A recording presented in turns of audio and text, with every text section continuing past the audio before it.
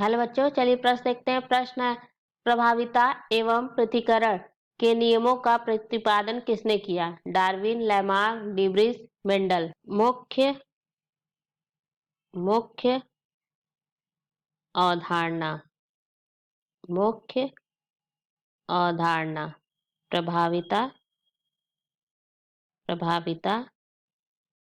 एवं पृथक्करण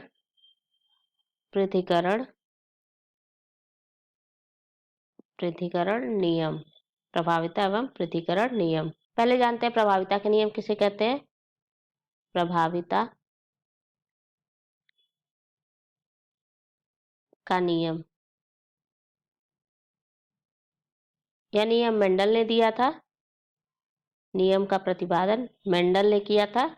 इन्होंने बताया, जब शुद्ध, लंबे एवं शुद्ध बौने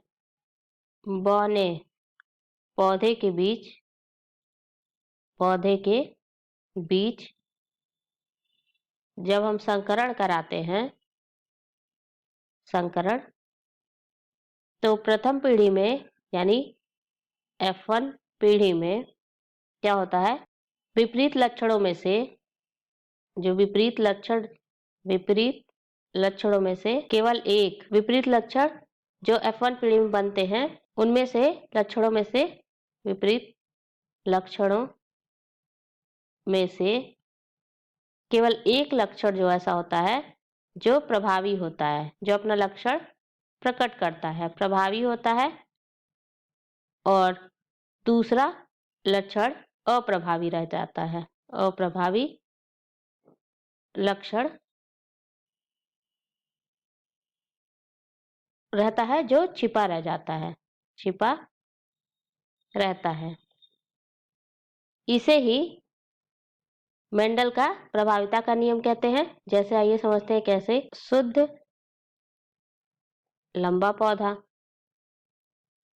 पौधा जो टीटी है, और ये शुद्ध बौना स्मॉल टी, इनके बीच जब संकरण कराया जाएगा तो F1 पीढ़ी में इससे बनेगा कैपिटल टी स्मॉल टी, जिनमें से जो कैपिटल टी होगा यह अपना लक्षण प्रकट करेगा, यह प्रभावी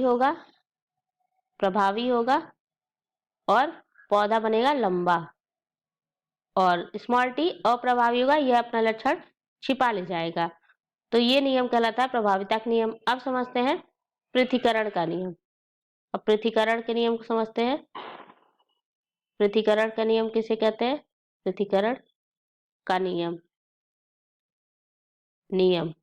इसमें क्या किया जाता है, जब प्रथम F1 पीढ़ी में विषम युग्मजी पौधे के बीच विषम युग्मजी पौधा प्राप्त होता है, विषम युग्मजी यानी कैपिटल टी स्मॉल टी पौधे प्राप्त होते हैं, उनमें जब स्वपरागण कराया जाता है तो F2 पीढ़ी के जो सदस्य होते हैं परस्पर उनमें लक्षणों में एक निश्चित अनुपात में उनका पृथक्करण हो जाता है, उनमें विपरीत लक्षणों का पृथक्करण हो जाता है। अतः यह लक्षण पृथक्करण का नियम कहलाता है। जैसे F1 पीढ़ी में प्राप्त हुआ कैपिटल टी स्मॉल टी विषम युग्मजी, और उनका जब स्वपरागण कराया जाएगा तो क्या प्राप्त होगा, कैपिटल टी